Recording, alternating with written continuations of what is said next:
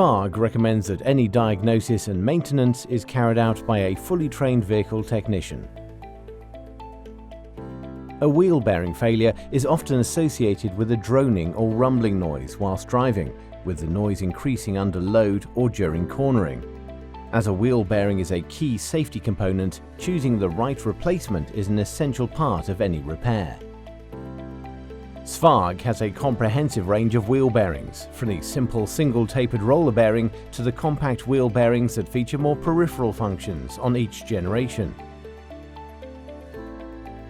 For example, the Generation 1 has a double-row angular ball bearing with or without a magnetic reluctor seal. Generation 2 has a double-row sealed angular ball bearing with a conventional tooth wheel or magnetic reluctor seal. Generation 3 has a double-row sealed angular ball bearing with an orbitally formed shoulder and a magnetic reluctor seal and/or sensor. The featured vehicle is fitted with a Generation 3 front wheel bearing, which had become noisy in operation and required replacing. Before starting any work, it is essential that the vehicle manufacturer's repair procedures are checked and followed, and any special tools required are obtained before replacing the wheel bearing. Firstly, the hub retaining bolt needs to be slackened, then the vehicle should be raised and the wheel removed. Inspect any surrounding parts for wear and remove the front brake assembly, ensuring the brake caliper is supported in order that there is no excess strain on the brake hose.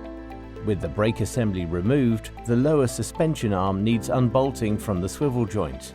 This gives enough movement for the drive shaft to be removed from the bearing assembly. The drive shaft also requires to be supported during this repair, so no excess strain is on the inner joint. This allows access to the 4 retaining bolts which hold the bearing assembly to the steering housing. On removal, the old bearing assembly needs to be freed from the housing with a hammer. This is due to corrosion. Once removed, the old bearing should be inspected for any inconsistent wear issues, and the new Phoebe bearing kit, including new bolts, prepared for fitting. This bearing has a magnetic reluctor seal for the wheel speed sensor. While handling this bearing, avoid contaminating it or damaging the magnetic seal before it is fitted. Before the new bearing is fitted, the housing requires cleaning to make sure the new part fits freely and accurately. Once the new part is fitted into the housing, the new retaining bolts are tightened to the manufacturer's specification. With the new bearing in place, the drive shaft needs to be refitted and the new hub retaining bolt initially tightened. The lower suspension arm should be reattached to the lower swivel joint and all fixings are tightened. Next, fit the brake components back into place. However, in this case, new brake disc and pads were required as the old parts were in need of replacing. This should be carried out on both sides of the vehicle. Once the steering, suspension, brake and driven components have been assembled, the road wheel can be refitted, with the second mechanic pressing on the brake pedal, tighten the hub retaining bolt, then lower the vehicle onto its wheels for a final tightening procedure.